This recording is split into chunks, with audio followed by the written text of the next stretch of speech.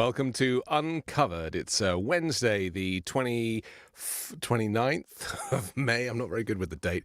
2024, and we are here at a historic time, or an historic time, I should say, to be correct, because the disgraced former president is currently awaiting his fate. He must be on tenterhooks right now, Ron, as the jury deliberates. They've been at it for about 5 hours. They're probably going to be sent home in half an hour. So we're going to keep an eye on it. If anything breaks throughout Uncovered today, we will, of course, bring it to you. But, Ron, you're a former federal prosecutor, so you're in a really good position to kind of give us some thoughts on this.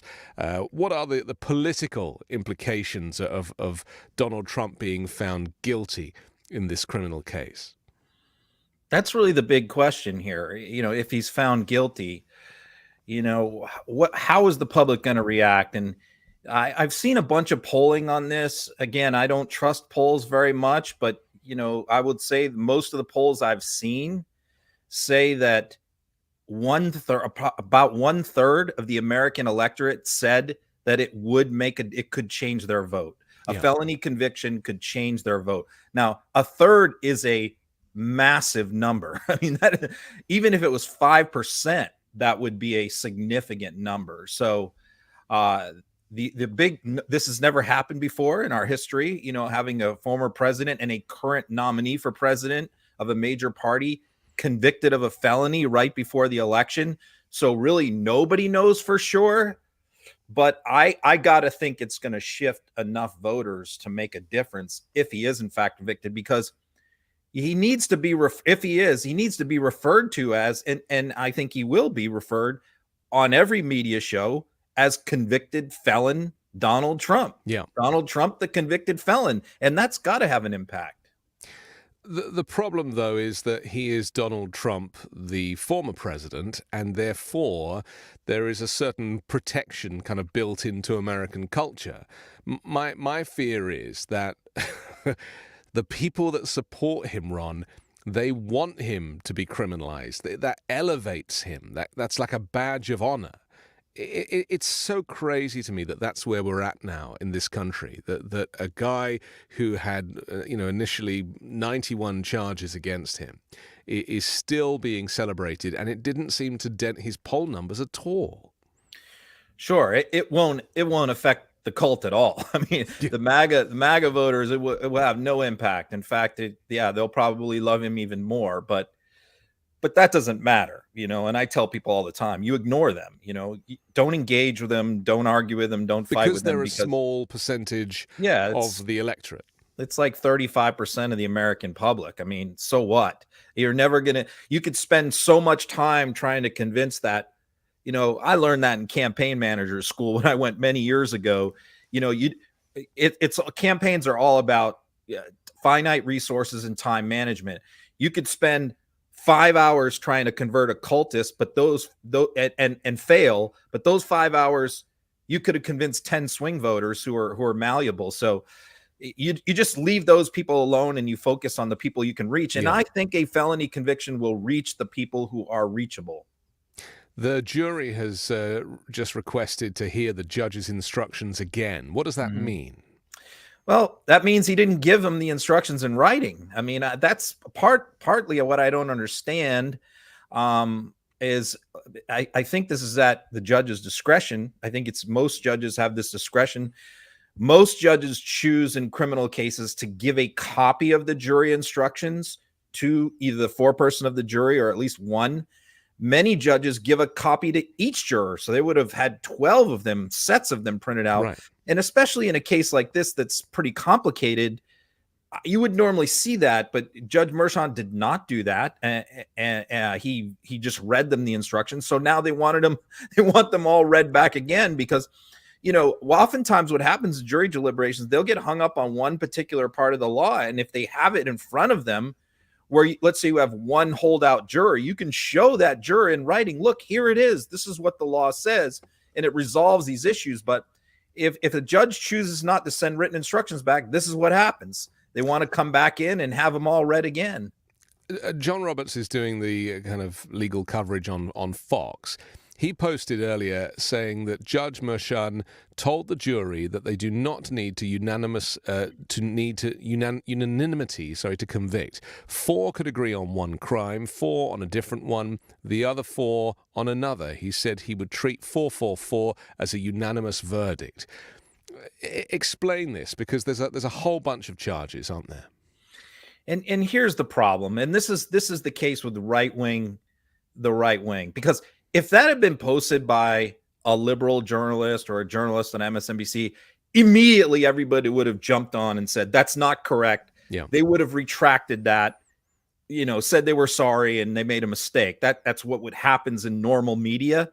But in right-wing media, that's not what happens. What happens is somebody like John Roberts, who's covering the trial for Fox, can post a blatant lie, and then every right-winger and every right-wing politician jumps and seizes upon that lie, and Trump, and they all put it out, and it feeds and for days and days and days until this fake narrative is created. What he posted is a complete lie. It's not true. The jury has to reach a unanimous decision on the first. There's 3 parts to this. They have to be unanimous on whether business records were falsified. Unanimous. If they are, then they go to the next step. They have to be unanimous that those records were falsified to conceal a crime. Only if those 2 things are unanimous, then you get to the third part, which is, okay, which crime were the business records falsified to cover up?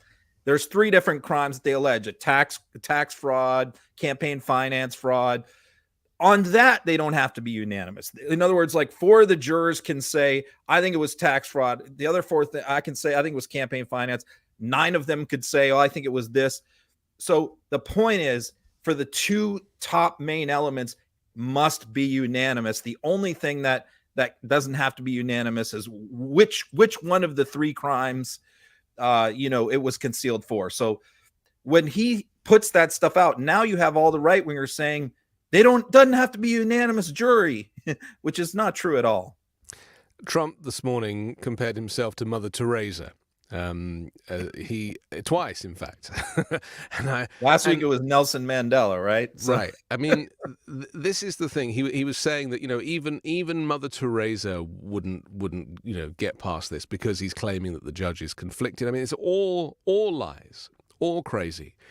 But it has created a narrative for the people on the right and the far right that they're running with it. And it's important, because the show is uncovered. We're uncovering the MAGA propaganda, and it's important that we try to have empathy for the lives of the people who've been brainwashed, because we're not here to criticize. We're not here to be rude about these people. We're here to support them, expose the truth, and try and welcome them back to reality.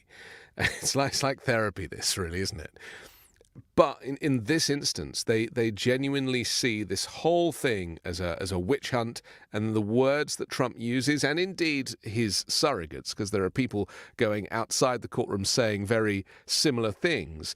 People are going to and already have bought into the fact that this whole thing is a sham to stop Trump from running for president. Yeah, I've often said that I really want my Twitter account, my social media account, and this show to be a source to provide tools to people, so that when they get in the arguments at work or at the dinner table with their uncle, that they have tools at their disposal to where they can pull up a clip or pull up a post and say, this is reality. I know what you're getting from Sean Hannity, but look, here's the truth.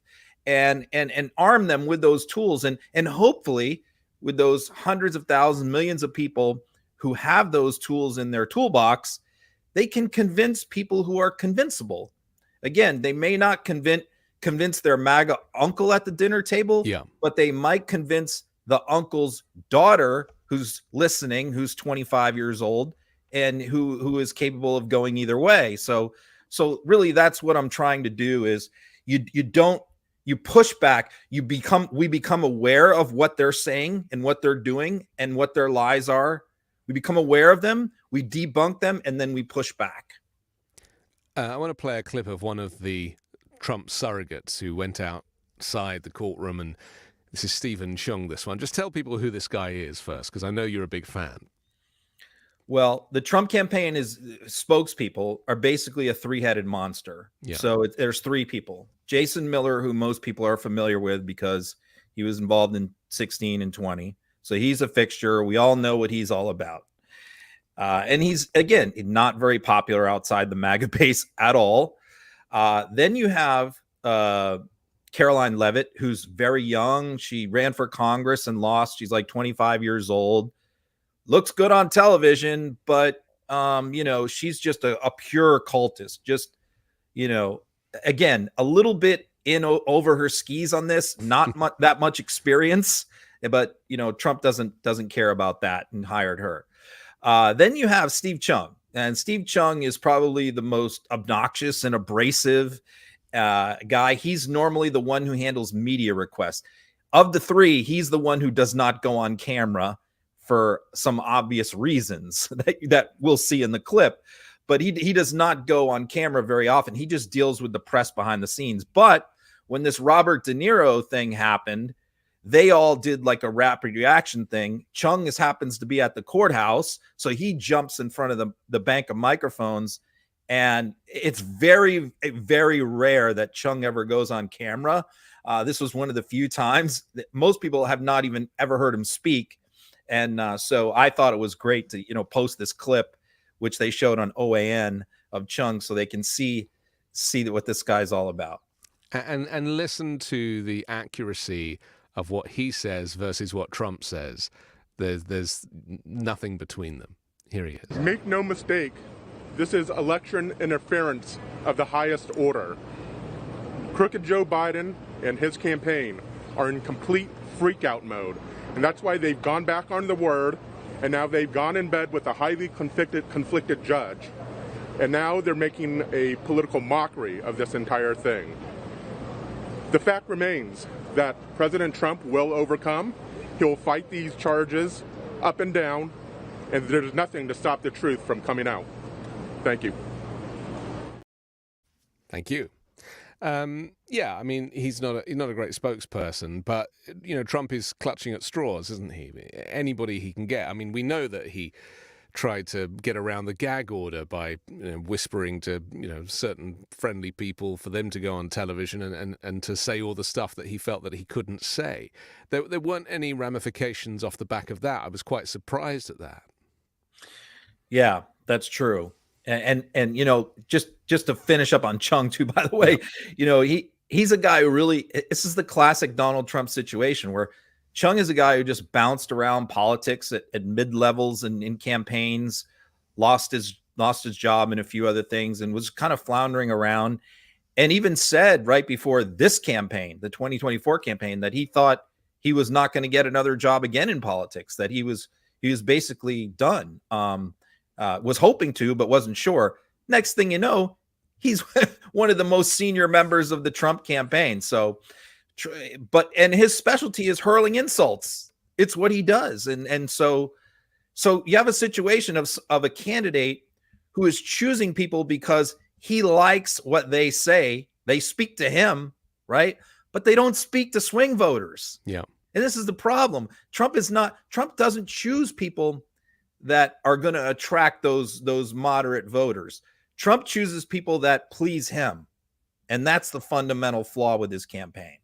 And it's always been this way. And he's always surrounded himself with weirdos and waifs and strays and criminals his whole life. And this is the thing that I think about the most, is that, if we think about anyone from Obama through Clinton, through either of the Bushes as president, nobody has been held up on criminal charges like this. 4 indictments, 91 charges. This case is 34 charges against him. It is crazy. And yet he complains and says this has never happened to any other president. This has never happened. And it's like, yeah, of course it's never happened, because no one else would even dare behave the way you have behaved. So I was having a think about the fact that he has always surrounded himself with criminals. And in fact, most of the people that have worked for Donald Trump in senior positions have either been criminalized, indicted, arraigned, or imprisoned. and that's been the whole time. And so why don't like MAGA Republicans join the dots and think that, well, this isn't just a one-off event that where Donald Trump is being singled out and targeted for, in this moment? Because let's go through the list. Rick Gates, former Trump campaign official, longtime business associate of Paul Manafort, charged in 2 separate federal courts in connection with financial crimes. George Papadopoulos, unpaid foreign policy advisor to Donald Trump, arrested for lying to the FBI. Corey Lewandowski, Steve Bannon, Paul Manafort, former campaign chairman in 2016, who Trump might bring back.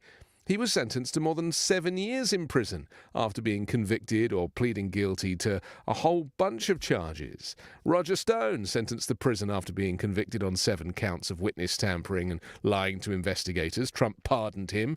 Michael Flynn, same, lied twice to the FBI, and then Trump pardoned him as well. Michael Cohen, we know about. Rudy Giuliani, we know about. Peter Navarro, currently in prison. Jenna Ellis, Trump lawyer. Sidney Powell, Trump lawyer. She pled guilty to several misdemeanors. John Eastman, he pleaded guilty on fraud and forgery charges for his role in trying to overturn the election. Mark Meadows, former Trump chief of staff, and 16 others indicted for their role in attempting to overturn the election. I mean, it's like, I've used the analogy before, it's like he's like a baddie in a Batman movie, surrounded by all of those henchmen. He's like the Penguin or the Riddler, and it's just like, at what point are people going to be like, these are the people he gets on with, these are the people he befriends, these are the people he employs? Enough of this whole playing the victim thing. You're a lifelong criminal, and so are all your buddies. Yeah. Did you include Michael Cohen in there? Yeah, I did. I mentioned Michael Cohen. Oh, you did, yeah. But we're just scratching the surface there. I mean, those are the big names. There's a whole bunch of people connected with Russia. If you read all the names, I would leave and come back in a couple hours. I was going to say, we wouldn't have time. It was an abridged version for you, Ron. I appreciate this is your world. I'm just living in it. But I get the feeling that there's got to come a point when MAGA Republicans are going to join the dots and see that, with the number of charges that Trump is being held up for, major crimes like stealing, under the Espionage Act, stealing classified documents and sharing them with people, boasting about them, using them as compromat. I mean, he is one of the biggest criminals on the planet in terms of American political history. Makes Nixon look like child's play. Yeah, and he's been able to convince everybody that these are all political, that it's all political persecutions, and including all the people that you mentioned, that they all believe that their prosecutions were all political as well, and none of them were legit. I mean, if you all of the people that you mentioned all have podcasts and shows. I watch all of them. They go on interviews. Yeah. And every single one of them says that they were innocent and they were wrongfully convicted and persecuted and all of that. So some of them also admitted it. Some of them pled guilty, and some of them, look at people like Jenna Ellis, for example. I mean, these people, they break down crying in court. Oh, I did a terrible thing. And then they write a 3-line letter of apology. And then they're back on the horse being pundits in the right-wing media again. And denying that they did it. Yeah. Right. And they just say, I just pled guilty because I was coerced, or, my arm was twisted. Michael Flynn talks about that all the time. They threatened me with this, they threatened me with that. So I had to take the deal. These are things that you hear in prisons all over America. Everybody in prison is innocent. They were all forced to plea. Yeah. The only difference is, like, MAGA doesn't believe any of those inmates, but they believe, they're political heroes. So it's the coarsening of the culture. It's the dumbing down of the culture. But MAGA has embraced this sort of criminal gangster image. Yes. We were talking about this earlier today about the De Niro thing, because, we were saying, what is it about the De Niro that triggered them so much more than any of the other actors or entertainers, or, like Mark Hamill goes to the White House and they grumble and gripe about that, but they don't get really upset. what caused them to get really upset about De Niro? I think, and we had this good theory, we had talked about it among the Midas people, is it's the fact that he's been in these mob movies. And see, MAGA loves mob movies. They love mob characters, you know, The Godfather, The Goodfellas, Casino. They love all those movies because that's the world that they like, that they look up to. And, you know, De Niro was in a lot of those movies. So I think a lot of them came up really loving De Niro and liking his characters. And so this one really sticks in their craw a little bit more, that he's out there like this ripping Donald Trump. I think that's why the reaction to De Niro was so visceral. And let's be clear, he's not just ripping Donald Trump. He is standing up for democracy, and he is blowing the whistle on the fact that the country is standing on this precipice and could be choosing autocracy and a despot for all the wrong reasons. And you know, he's in his, you know, he's a mature man. I mean, I think he's just had a child, and you know, he's fit as a fiddle, but still, he probably doesn't want to go to his grave knowing that he didn't say something. Yeah, you know, when the news first broke, we saw yesterday early that he was doing this because they didn't announce it ahead of time. Yeah. I think we were all a bit surprised, and we thought, well, what the heck are they doing? You know, they've stayed away from this trial. They've not commented on it. You know, they've kind of let it play out.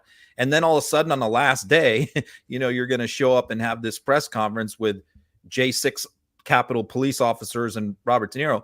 So I was sort of like, I didn't get it, you know, at first, but you know, in looking at the reaction that MAGA had to it, I definitely think that and Trump had to it, it actually worked out quite well.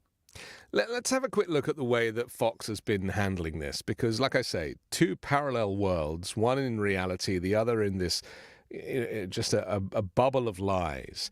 Let's see how Fox has been dealing with it earlier today. Todd Blanche, the defense attorney, said, he said, look, the former president could go to jail.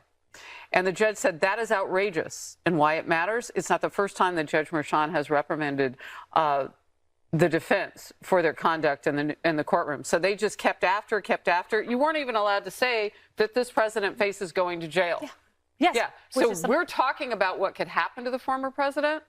Easily, which has to go to jail if found guilty. As experts say, Brian, it's normal to talk about liberty issues in court. This is not uncommon for someone to bring this up. Right, and the level in which and the disrespect that he continues to show to Todd Blanche is ridiculous. So, yeah, it's so sad because people are very committed to Fox, and even Fox claims to be telling the truth. And Fox tells its viewers, you know, don't listen to what they're saying. They're all lying on the other side, and this is the truth, and people buy into that. And so, I mean, you got three educated people there. You got Kayleigh McEnany, who graduated from Harvard Law School, right?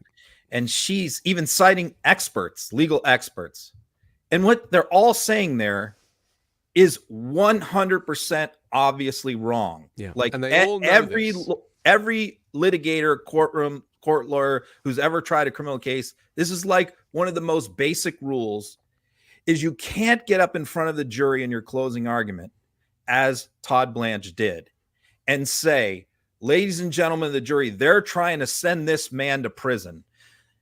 Conversely, the prosecution can't get up and say, look, we're not looking to send this guy to prison. We only want to give him probation. The reason for the rule, neither side can do either thing. You're not allowed to talk to the jury about the penalties involved in the case because we don't want that to influence them. If they know that a charge carries with it life in prison or 30 days of jail or whatever it is, that's going to influence their decision. And we only want them to determine if the defendant is guilty or innocent based on the facts or the law. It's a rule that every trial lawyer knows. It's basic. Blanche is one of the most experienced criminal lawyers in the country. He knows this rule very well, but and he timed this so that the very last thing he said to this jury was that they're trying to send Donald Trump to prison, which we don't know that to be the case at all. They've never said what sentence that they're looking for. So, and you're not allowed to say this. So he thought he could get away with putting that in the jury's head and then sitting down. But Mershon said, ho, ho, and the prosecution objected, said, no, we're gonna instruct the jury to disregard that comment, and we're gonna tell the jury that whatever the sentence is gonna be in this case has nothing to do with them. It's completely up to the judge. But here you have Fox lying to their audience and disparaging the judge for just upholding a basic legal principle. It's two completely different sets of rules. One for the elite and the protections surrounding Trump, and it is like Goodfellas or Casino or any of these movies, isn't it? Because it is protecting the mafia boss and people going out of their way and taking a bullet if necessary for the mafia boss. And Trump knows that, and he loves it. And he, you know, when he does that walk that he does, that kind of, you know, it's the weirdest thing. I don't know what he looks like, the Gruffalo or something. But he is, in his mind, he is a mob boss. His kids think of him as being the Don, and this is the world that he inhabits. This is still happening in this case. Alan Weisselberg. Yeah. Alan Weisselberg sitting in a jail cell because he won't talk. Yeah. He won't go against Trump. And look, Blanche made an issue of that in this trial. He said, look, Weisselberg knows what went down here. He was the man, you know, one of the conductors of this orchestra, and the prosecution never called him as a witness. So he raised that issue with the jury, suggesting that the prosecution is hiding Weisselberg because maybe he doesn't help their case. The reality is they don't call him. They're not calling him as a witness because he's in jail. They're not allowed to tell the jury he's in jail or that he went to jail for committing perjury in Trump's last trial, trying to protect him. So the jury's not allowed to know any of that. And Blanche takes advantage of it. But that's a mob thing. We also saw it with Robert Costello. What do we know about Robert Costello? He was basically a mob lawyer in this situation where he was brought in specifically to represent Michael Cohen, to shut him up and make sure he didn't cooperate with prosecutors. That's a mob move. So you're absolutely right about that premise. And let's not forget Roy Cohn, who is Donald Trump's mentor. Yeah. And the person that kind of instructed him and was like a second father to him, or even possibly a first father. Yeah. Roy Cohn is more of a father to Trump than Fred. Yeah. Interesting, isn't it? Yeah. So there's a couple of minutes just before I think that the judge is going to shut proceedings down for the day. So what, he's going to give them their phones back? Because I know the jury have had their phones confiscated, and they just have a laptop with the evidence on it in the jury room. So how does it work? Yeah, that's a good question, because they can't have the phones in the jury deliberation room. You know, you can't phone a friend. You know, you can't call somebody and go, hey, what do you think about this? You know, no, or look things up on your phone. No, you can't do that. But this jury it hasn't been sequestered throughout the trial, but he may sequester them during deliberations. That I'm not sure of, because he sequestered the alternates. So the alternates were not dismissed and sent home. They were kept around but sequestered in case they're needed, in case something happens to one of the jurors during deliberations. So I guess we don't really know that question, whether they get their cell phones back. It's a lot of it that is up to the judge. Now, I've had a theory for a while, which I've been peddling on this show, that I don't believe that Donald Trump is as popular as he would like us to think he is. You mentioned a number at the beginning. You said like 35% of the electorate are these kind of, you know, Trump obsessives. I actually think it's far less than that. I think that maybe 35% of the country might be conservatives with MAGA Republicans thrown in there. But in terms of the number of people that would take a bullet for Trump and vote for him no matter what his convictions or whatever, I think it's actually much, much smaller, maybe 20% or less. And so we're now starting to see, when he's on the campaign trail, if and when he goes anywhere, that he's maybe not as popular as he's been telling us. And we've certainly seen at these little rallies that he's been doing that there's not many people showing up. So much so that his surrogates and supporters have been posting pictures of concerts, Rod Stewart concerts, and even an Obama speech was posted as one of the images, supposedly of a Trump speech, where Trump had like maybe 1,000 people, and yet they posted a picture of Obama with 20,000 people.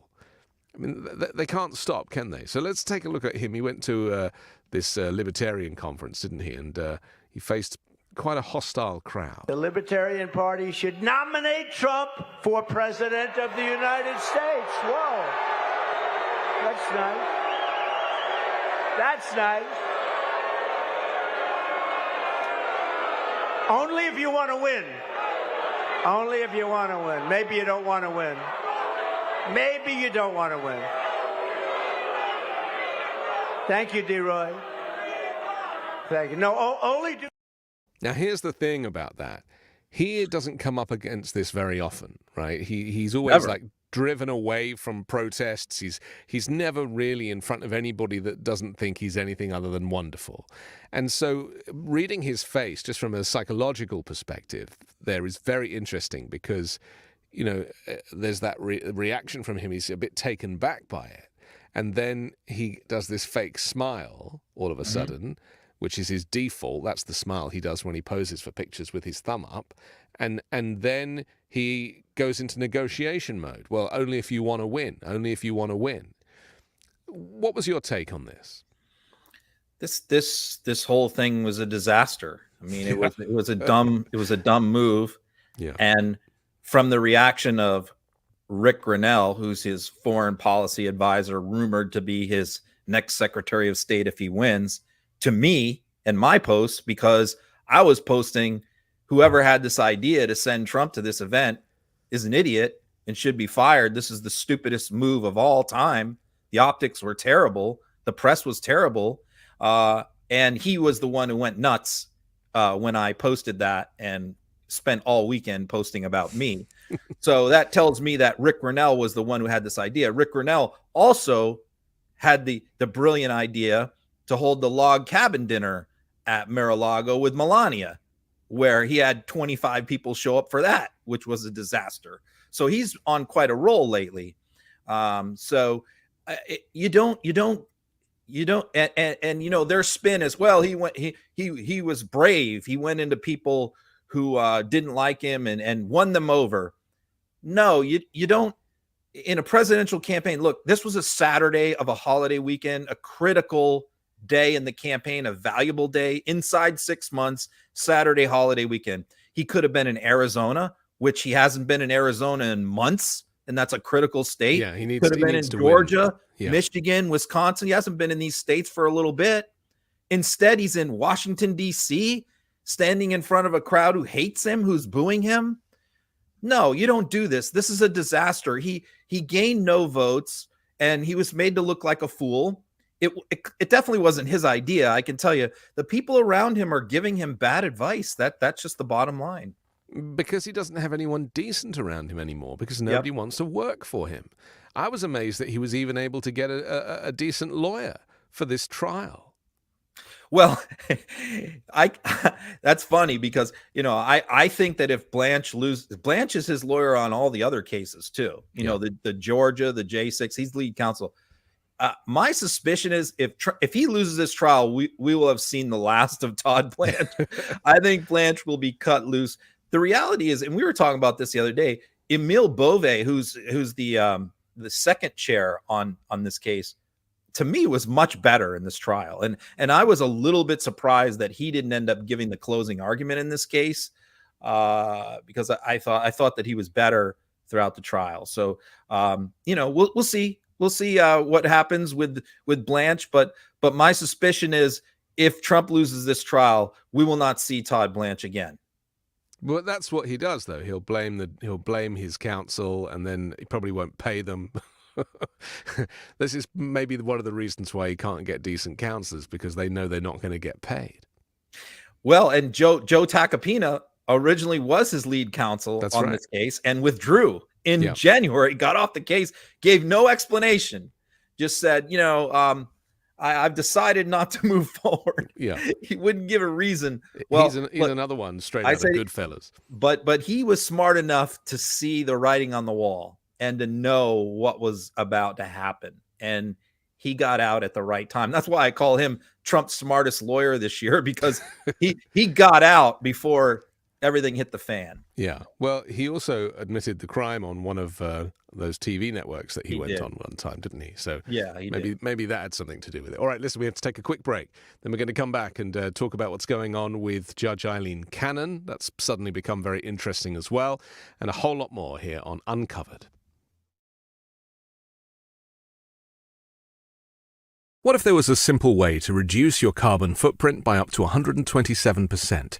When food waste goes to landfill, it breaks down into methane, which is a greenhouse gas 80 times stronger than carbon dioxide. Instead, do what I've done. Turn your food waste into nutrient-rich plant food with Lomi. Lomi transforms your home into a climate solution, lowering your carbon footprint and helping keep the planet a little greener and your home a little cleaner. And now, Lomi's new app lets me track my environmental impact, earn points for every cycle, and redeem for freebies from Lomi and other great brands. Don't miss out on your chance to get the best gift for yourself and Mother Earth. Order your Lomi today. Head to lomi.com/uncovered and use the promo code UNCOVERED to get $50 off your Lomi. That's $50 off when you head to lomi.com/uncovered and use promo code UNCOVERED at checkout. Thank you, Lomi, for sponsoring this episode. Have you heard about senolytics yet? It's a class of ingredients discovered less than 10 years ago, and they're being called the biggest discovery of our time for promoting healthy aging and enhancing your physical prime. Your life goals in your career and beyond require productivity. But let's be honest, the aging process is not our friend when it comes to endless energy and productivity, and that's why I use Qualia Senolytic. If someone would have told me that there was science-backed ingredients that could help me feel 15 years younger in a matter of months, I wouldn't have believed it. Then I tried Qualia Senolytic. As we age, everyone accumulates senescent cells in their body. Senescent cells cause symptoms of aging, such as aches and discomfort, slow workout recovery, sluggish mental and physical energy associated with that middle-age feeling. Also known as zombie cells, they are old and worn out and not serving a useful function for our health anymore, but they're taking up space and nutrients from our healthy cells. Much like pruning the yellowing and dead leaves off a plant, Qualia Senolytic removes those worn-out senescent cells to allow for the rest of them to thrive in the body. Resist aging at the cellular level. Try Qualia Senolytic. Go to neurohacker.com/uncovered for up to $100 off and use code UNCOVERED at checkout for an additional 15% off. That's neurohacker.com/uncovered for an extra 15% off your purchase. Thank you, Neurohacker, for sponsoring today's episode.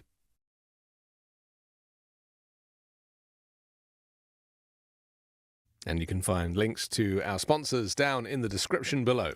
Ron Filipkowski, let's talk about Judge Eileen Cannon. As we know, she's a Trump-appointed judge. We kind of had a sense that she was probably a MAGA Republican when she first got this case. Now, there is absolutely no doubt that she is in the tank for Donald Trump.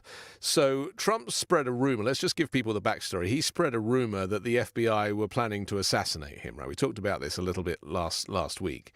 I said I think it was because he saw the warrant had been executed and saw the word executed and then just thought, that means that they were trying to kill me. But I wouldn't put it past him. So off the back of this, Jack Smith, who is, of course, the prosecutor in this case, the special prosecutor, he went to Judge Cannon and said, look, there's got to be a gag order in place because that stuff about the FBI is completely untrue.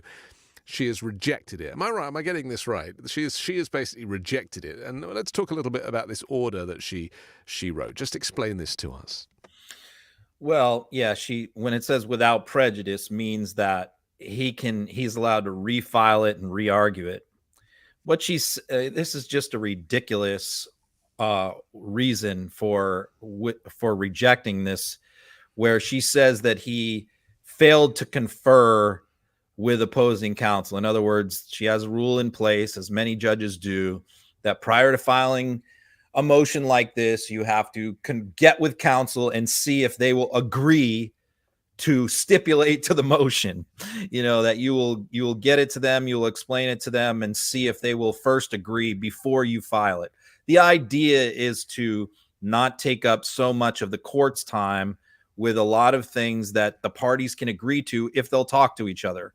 Basically, to force them to talk to each other. Now, Jack Smith knows that there is a 0.0% chance that Team Trump is going to agree to this gag order to prevent him from accusing the FBI agents who did the raid of wanting to assassinate him. That's what Jack Smith is asking for. It wasn't a raid. It was a warranted search. That's what they were asking for. Yeah. Is that he cannot say that they were threatening to kill him, that they planned to kill him. So obviously the purposes of he sent them the motion, and then they filed it a short time later, knowing that the Team Trump was going to object, right? So she denies the motion based on that they didn't wait long enough for Team Trump to decide if they were going to agree to this or not. So in other words, she's just doing everything that she can to delay and slow play and gum up the works here.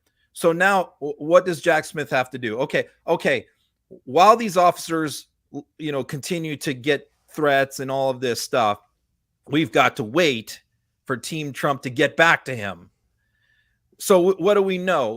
We know that in a week they're going to get back to the government and say, no, we don't agree to this, and then they can refile it.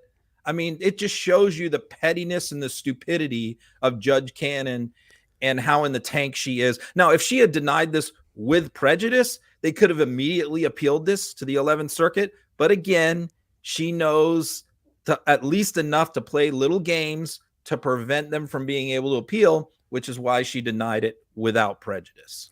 What is the opportunity, or is there an opportunity for Jack Smith to request her be removed from the case off the back of this? Because, it is exposing her bias, right? I think only if she denies this.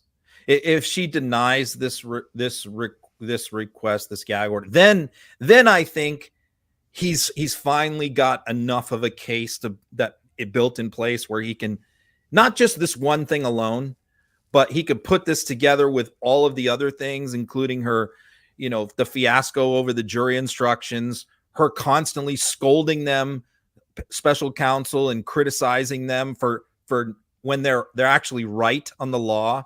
I think that they can build enough of a case to at least make an argument that they can recuse this judge, but she's going to have to deny this gag order first. It's so interesting that part of the reason they claim that this is Trump's team couldn't deal with this in time was because they were dealing with other cases, such as the one that we're waiting for the verdict on now.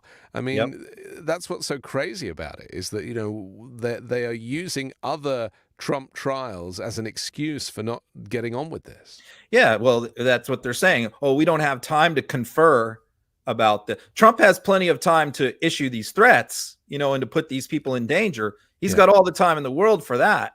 But when it comes time to talk about it, he's not available, and neither are his lawyers. Now, I get that, but the problem is he's got too many felonies and too many different cases, and he's really only got one legal team handling all of them in the criminal sphere.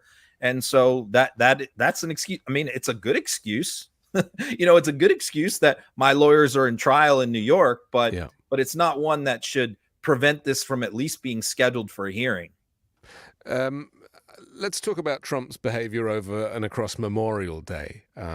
Didn't you put together the four of his craziest truths over the last kind of public holidays and compare them to Joe Biden's It was very interesting just to see how much hate and vitriol and anger Donald Trump has for everybody. I mean, he hates everybody and he's blaming everybody. He even tried to blame his own kids in the trial yesterday outside the courtroom, saying, why aren't you investigating them?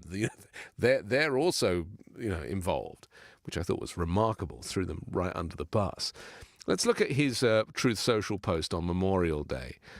This is a true example of what this kind of creature is capable of. Happy Memorial Day to all, including the human scum that is working so hard to destroy our once great country, and to the radical left, Trump-hating federal judge in New York that presided over, get this, 2 separate trials that awarded a woman who I never met before, a quick handshake at a celebrity event 25 years ago doesn't count, $91 million for defamation. She didn't know when the so-called event took place sometime in the 90s, never filed a police report, didn't have to produce the dress that she threatened me with, it showed negative, and sung my praises in the first half of her CNN interview with Alison Cooper, but changed her tune in the second half. Gee, I wonder why, under appeal. The rape charge was dropped by a jury, or Arthur Ingoran, the New York State wacko judge who fined me almost $500 million under appeal for doing nothing wrong, used a statute that has never been used before, gave me no jury, Mar-a-Lago at $18 million. Is that 18 million or 18? Yeah, it is $18 million now for Merchan. I mean, we should start this segment by saying none of that is true, right? None of it. Yeah. This is a familiar ritual that I go through every holiday with Trump. It without fail. It's the same familiar pattern that plays out, whether it's Father's Day, Mother's Day, Christmas, Easter, you name the holiday, Trump will screw it up. Veterans Day, Memorial Day. And it's also a familiar dance that I go through with right-wing influencers who I was battling all Memorial Day as usual. And so, because here's what happens. His campaign staffer, who's Natalie Harp, who has access to his social media account, puts out a little meme early in the morning, wishing all the veterans happy Memorial Day. And that's posted from Trump's account. Then Trump wakes up, has his breakfast, and posts that, which is the real Trump message on Memorial Day. Right? With the word human scum in so the I top will line. Go out and say, look at what this scumbag did. This is a holiday to honor Americans who gave their lives overseas, for the most part, fighting for our country, fighting for our freedoms. That's what this holiday is about. It's not a happy, you don't say happy Memorial Day. Okay, Memorial Day is not happy. No. It's a solemn day. It's a day to honor fallen soldiers. Yeah, for and reflection. Britain has the same thing called Remembrance Day, right? That's it's in right. November. Yeah, similar kind of thing. So this is what he does. Is he puts out this venomous, horrible thing that's all about himself. And of course, what do the cult members do? They go crazy because they post the meme. They say, "Oh no, you're lying. Trump wished the veterans." When we know that wasn't from Trump. What we saw, what you just read, was from Trump, and he does this every single holiday, which is why I keep posting them, just to show like this. This is a man with no class, with no caring for anybody else, who is so utterly consumed with himself that he can't even put his grievances aside for 5 minutes to put out a nice message on a holiday. It really is the worst traits of humanity in one man. Yep. All of the worst bits that you could, even if you were feeling a bit grim one day, or a bit depressed, or a bit sour, or a bit angry on any given day. But this guy is like this every day. And the retribution he speaks of is the thing I worry about the most. I even worry about it as an immigrant and as a journalist in the U.S. You know what I mean? Like, am I going to be deported? This is the fear that a lot of people feel, that this is everything that he is saying and everything that is in his orbit is so personal to him. There's no concept of doing anything for the good of the country or being a president for all Americans. It is so polarized. and the psychiatrists and psychologists and psychotherapists are having a field day with this guy, because his mental illness and his personality disorder is so, he wears it on the outside. You don't have to sit down and do deep analysis with this guy. Tell me about your father. He wears it on his sleeve. He does. And I think that a lot of us on social media who have been banging the drum about mental illness, you, me, lots of other people, that you've had on your other show as well, I think it's really starting slowly to have an impact on mainstream media. I think that they are now finally, you're starting to hear a little bit of that from them. Not much. Yeah. It's baby steps. Yeah. But I think that message is seeping out, that this man is mentally ill. This man is suffering from a serious illness. It's something he's had all his life, the malignant narcissism, but it's much, much worse now, even than it was 4 years ago. Yeah, for sure. Unfortunately, the analysis should have started with the mental illness. It shouldn't be ending with the mental illness. Yeah. And because the mental illness, and you're referring to Bandy Lee, the doctor who initially was one of those many psychiatrists who diagnosed his malignant narcissism. She's been on the show, on the Weekend Show 3 times now. And she talks about the Trump contagion that has now spread amongst the MAGA Republicans. So it's not just his mental health that's the issue, but it has now become an epidemic. And that's what we're up against this November. It's people are genuinely brainwashed. I want to look at this video of him saluting during Amazing Grace. You were talking about how Memorial Day is supposed to be one of respect. And I'll show the clip and then you can tell us about it. This is so embarrassing.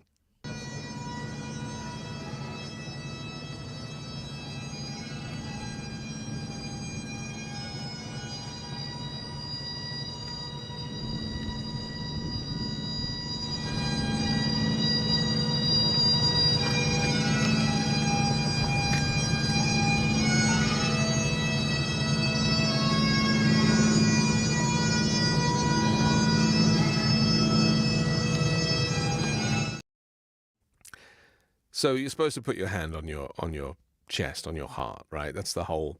That's not the even protocol. that. That's the protocol, right? No, not even that.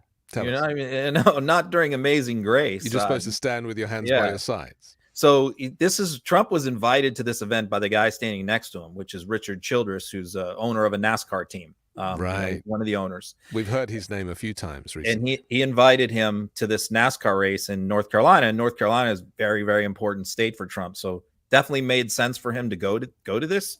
But yeah, I got most of these clips from Margot Martin, who's his she's the one who follows him around and takes these propaganda videos and posts them online. So she's somebody I follow.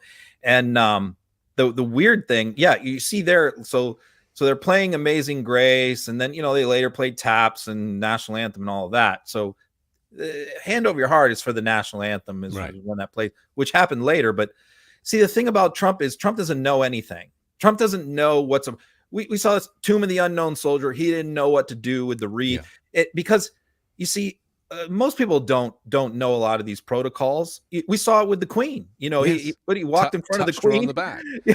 and touched her and walked in front of her. Yeah, I mean, this is a man who doesn't know anything, but that's fine. I mean, a lot of people don't know those things, but they learn. They take the time because they care about doing what's right. He doesn't learn anything. He doesn't take the time to ask anyone. So he just fumbles around and looks like a fool. So when they start playing Amazing Grace with the bagpipes and everything over the speakers, he doesn't know what to do. So he sees Richard Childress put his hand over his heart, which is also a little odd. You don't see anybody else do that. Yeah. And so Trump starts saluting, which you're not supposed to salute. As the only civilians that are supposed to salute are people who served in the military, who are military veterans. That's the protocol for that. But he thinks, since he was a former president, he was the commander in chief, so that counts. It does not count. No. A president is not supposed to salute like that. He's thinking of that moment when he would step off Marine One and salute. He is the president then. Right. And by the way, Ronald Reagan was the one that no president ever did that before Ronald Reagan too. That's not even really a thing, you know. Yeah. Reagan started it, and then since that time, every successive president has done that, except I think George H.W. Bush, who's a World War II veteran who knows what you're supposed to do. Yeah. You know, you know, every president's done it, and that's fine. You know, nobody cares that the president does the little salute, but he's not the president. So he's not supposed to be doing that. But he thinks he is the president. I mean, this is something we should not forget on this show especially, that he thinks he's the president, and maybe 20% of Republicans think he is the president. And, and that Joe Biden is an imposter. Well, he knows, but he knows he's not, but he wants everyone else to think he's the president. Yeah. That's the thing. You know, I think he may have convinced himself that he really won. Yeah, I believe that over time he convinces himself of these things. Yes, but deep down, I mean, he knows he lost. Must be very empty in there, if indeed you can get deep down inside Donald Trump. Doesn't bear thinking about. Let's look at this post that he put about Bob Good, who's running in Virginia. Tell us about this. He posted, Bob Good is bad for Virginia and bad for the USA. He turned his back on our incredible movement, was constantly attacking and fighting me until recently when he gave a warm and loving endorsement. But really, it was too late. The damage had been done, and I just want to make America great again. What's the deal here? This is just another area of American politics where Donald Trump is A, stupid, and B, has wrecked and ruined every tradition that has ever been followed, every protocol, every norm. If you're a president or a presidential candidate, you don't get involved in primaries of your party. You stay out of it. You don't put your finger on the scale. You let the voters choose. For one thing, you want the voters to decide in Arizona who their candidate should be, who their state rep should be, without, you know, billionaire in Florida or fake billionaire in Florida trying to decide who your county sheriff should be in Arizona, which he endorses those races too. Because why is he doing this? Because it's part of his kingmaker thing. He makes money off of it. You know, because they have to contribute to his PAC to get the endorsement. That's just a known thing. And so he's totally corrupted the system. And what the result has been is that nominees, one after the other, whether it's Herschel Walker, Dr. Oz, Carrie Lake, where he's put the thumb on the scales and they've only gotten the nomination because of his endorsement, end up losing. Mark Robinson, the nutty nominee for North Carolina governor, he might be the only Republican this cycle who would lose. But yet Trump put his thumb on the scale and made him the nominee. It makes no sense whatsoever what he's doing. So here you have Bob Good, who's one of the most right-wing House members there is. Yeah. He's the chairman of the Freedom Caucus. Yeah. The Freedom Caucus is they kicked Marjorie Taylor Greene out because she wasn't conservative enough for them. It doesn't He's go the any chairman further to the right. Yeah. And yet, you know, Trump deems him as not sufficiently loyal. So he now endorses his primary opponent. I mean, it's great. Bob Good just went up to New York City last week and stood outside the courthouse and was ranting and raving for Trump. And Trump, a few days later, endorses his opponent. That creates bad blood. It creates friction. It divides the party. It's just dumb. But it's Donald Trump. You don't see Joe Biden doing this. Joe Biden's not weighing in on primaries for Democrats. He's staying out of it, which is a smart thing to do. I get the feeling, and this goes back to what I was saying earlier about my theory that Trump is not popular, and that, you know, unfortunately, all of these indictments and trials keep him front and center of the media and the news cycle. But in terms of popularity, it's often the same people going from rally to rally to rally. In fact, that rally that he did in the Bronx, which was terribly misjudged. I was watching some of the interviews that the news were doing with people who were there, and they were like, no one here is from the Bronx. They're not from the Bronx, and they're not from the Bronx. And it seems that people were just showing up to support Donald Trump, and that was kind of, you know, that's what they do. They go to every rally. And then he brings on 2 indicted gang members onto the stage because he thinks that the people of the Bronx will think he's cool because he associates and gets endorsed by these guys. Is that right? I don't think so. I mean, I think this is yet another staff mistake. Okay, Another one. Because these guys are known in New York City as rappers. They're pretty well-known, famous rappers, and I think Donald Trump thought he was bringing up 2 rap artists, and I think Jason Miller, someone in his campaign, arranged for this to happen. Hey, these are 2 popular rap guys in New York City, building his street cred, trying to play for the black male vote that he's been trying to do. And he thought, but I don't think that Trump knew, and I don't think his staff did proper vetting to realize that these are 2 guys who are currently out on bond in a 140 count criminal gang indictment, which involves a conspiracy to commit a murder, which involves 12 shootings, where one of the main guys who's up on stage with him was paying people to do shootings with his rap proceeds. I mean, it's crazy. And I was going nuts that night because the media wasn't covering that part of this. They were just covering it as, hey, 2 rappers are up on stage endorsing Trump. And I'm like, hello, these guys are out on bond for murder. And the media wouldn't even cover it. Finally, after I continued to post after post after post shaming the media, why aren't you covering this? A few outlets like CNN and others finally did some stories on it. But again, this incident really shows the failure of our media. How Donald Trump can stand up on a stage and accept the endorsement of 2 guys out on bond, and the media doesn't write about that or cover it is just insane to me. It's not so insane to me because I recognize that the media, the corporate media, does not, it's full of white elitist employees, and they're not connecting and joining the dots, and they're probably worried about saying the wrong thing. Yes. about black guys getting up on the stage, so they're probably leaving it out for that reason. That is also my theory. Right. And yes. So, if we're going to be that real, they don't want if these were white guys out on bond for murder, I think the media would have been all over it. But I think that they shied away because maybe they were black and they didn't want to be seen as like stereotyping black rappers. Yeah. Maybe that's part of it. But look, this isn't about them. It's about Donald Trump. Right. Exactly. And that's why it's so frustrating when we use that phrase that we're sleepwalking into authoritarianism, is because it's at every juncture that you have to investigate and go deeper. This is not you're not just commentating on a reality TV show, but maybe people think it is because Trump is formerly from one, and wherever he goes, it's kind of not quite real. It's like it's the upside down. I'll show the clip, and we can see this moment in action. Oh, I like that. I want to get that done. President Trump, oh man. One thing I want to say. One thing I want to say.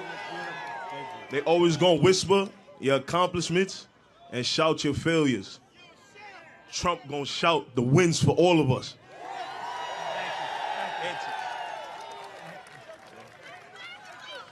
Make America great again. Thank you, fellas. Appreciate you. I appreciate it, man. Thank you. Thank you for having me. Thank you very much.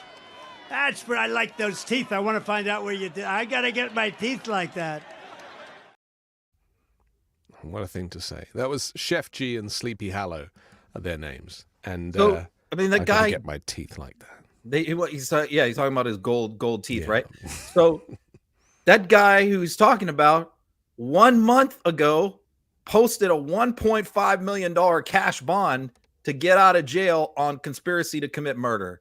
And there he is with the Republican nominee for president. This is where we are at right now. Ron, I'm not convinced of your argument that Trump didn't know. You may be right. It's my theory. It's just a theory. Yeah, I understand that's just a theory, but it's like if there was, because obviously that's pretty newsworthy, posting such a huge bond. Trump couldn't afford to pay that.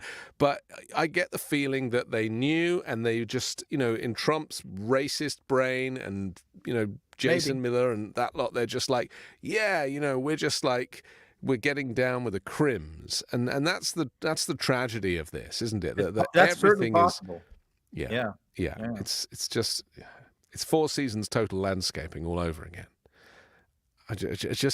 I'm never surprised. I just want to mention that the jury has also asked to rehear the testimony from David Pecker and from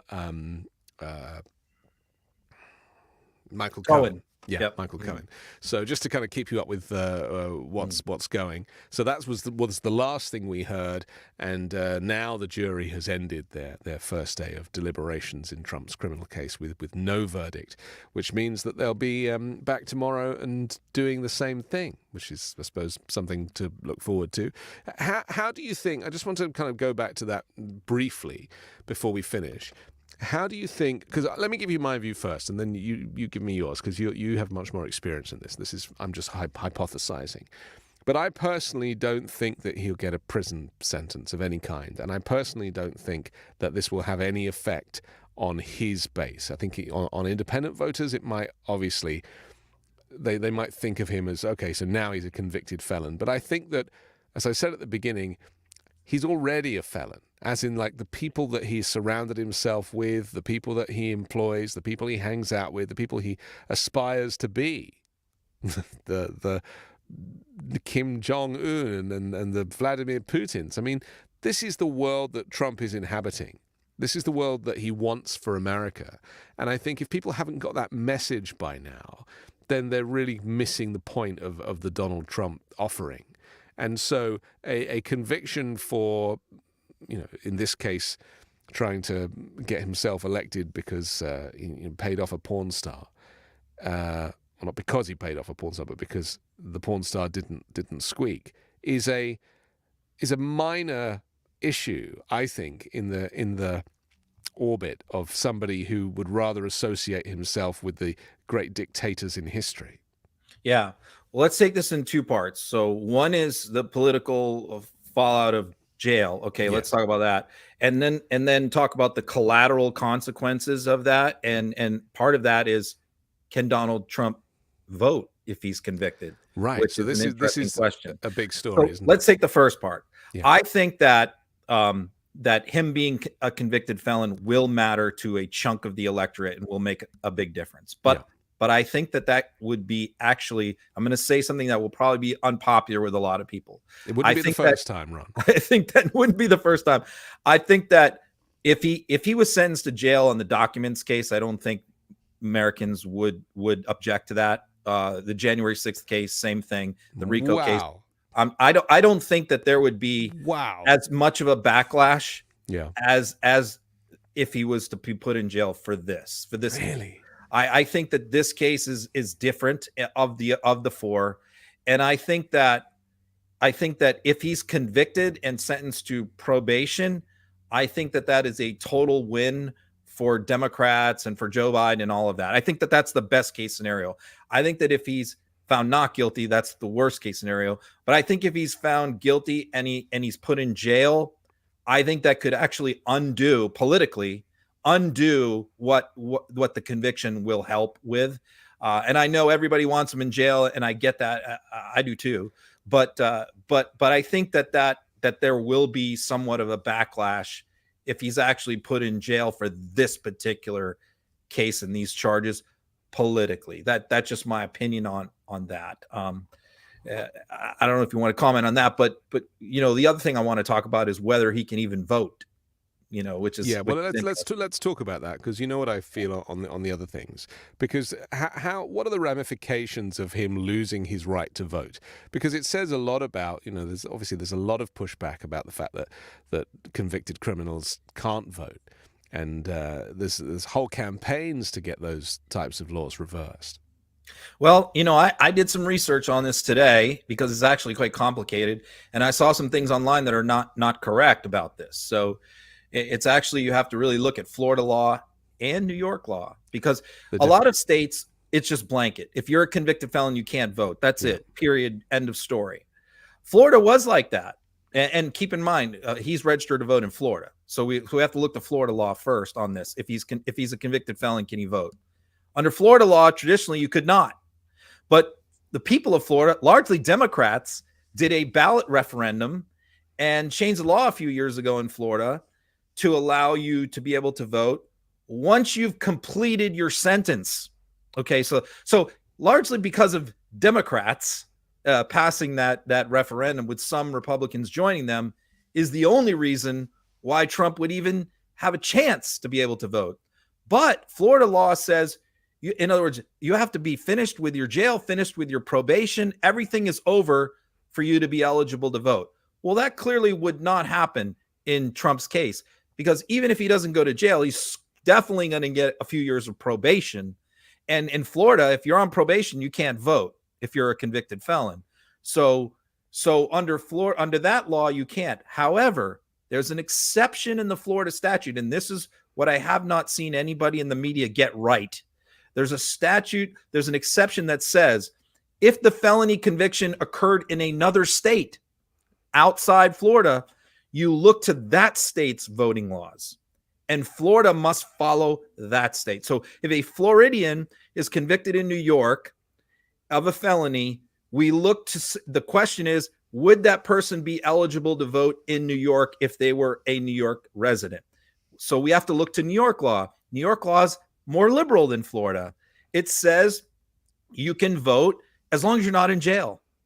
So if you get convicted and you get probation, you can vote in New York. Okay, as long as you're not incarcerated, you can vote.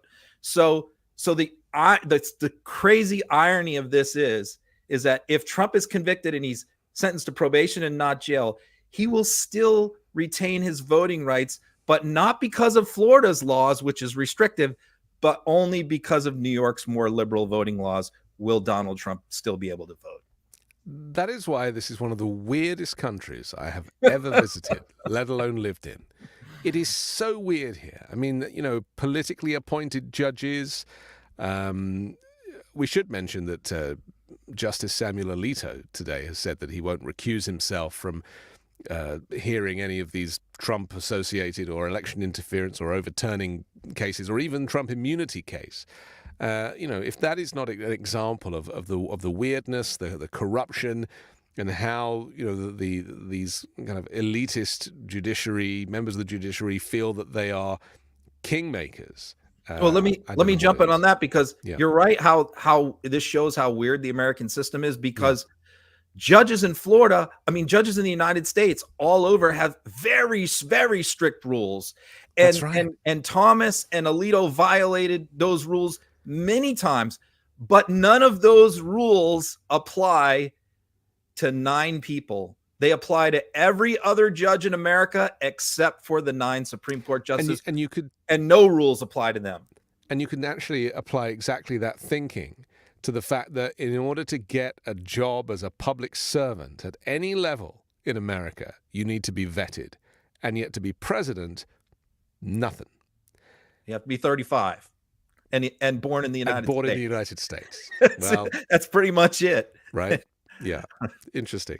Okay, listen, we're going to have to finish, but very interesting. As we say, no verdict today. Tomorrow, keep your ears and eyes at Midas Touch. Midas Touch YouTube channel, of course, for all the updates, all the hot takes, all the videos. We'll all be there doing our best to keep you up to date.